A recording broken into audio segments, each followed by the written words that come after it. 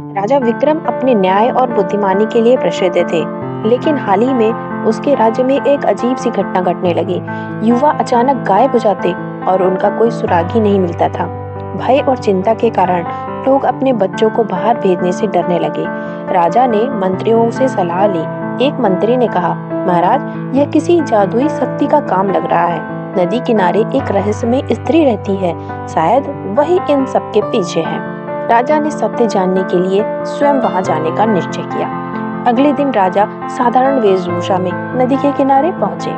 वहां उसने एक सुंदर सी स्त्री को देखा जो मिट्टी के घड़े बना रही थी। स्त्री ने मुस्कुराते हुए पूछा, युवक, तुम कौन हो और कहां से आए हो?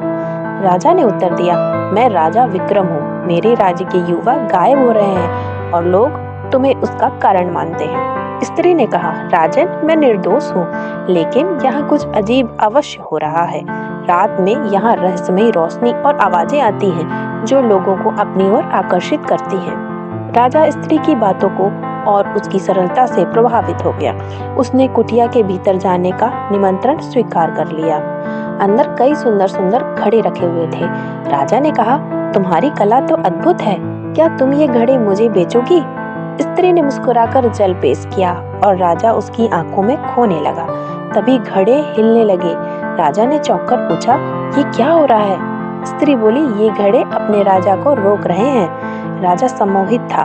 उसने सारा जल पी लिया और बोला, मुझसे विवाह करोगी? स्त्री जोर जोर से हंसने लगी। कैसे करोगे? अब तो तुम यहाँ से हिल भी नहीं सकते। राजा का सम्मोहन टूट गया। वह हिलने की कोशिश करने लगा, लेकिन असमर्थ हो गया। गुस्से में उसने कहा, तुम सच में जादूगरनी हो, मुझे मुक्त कर दो, नहीं तो मैं तुम्हें दंड दूंगा। स्त्री दर्पण लाई और कहा, पहले खुद को तो देखो। राजा ने दर्पण में देखा, वहां उसका नहीं बल्कि एक घड़े का प्रतिबिंब था।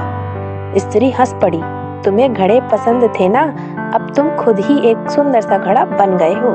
राजा बाकी घड़ों की तरह हिलने लगा। उसके साथ जो भी हुआ यहाँ आया था, वे सभी अब घड़े बन चुके थे। स्त्री की हंसी पूरे जंगल में गूंज उठी।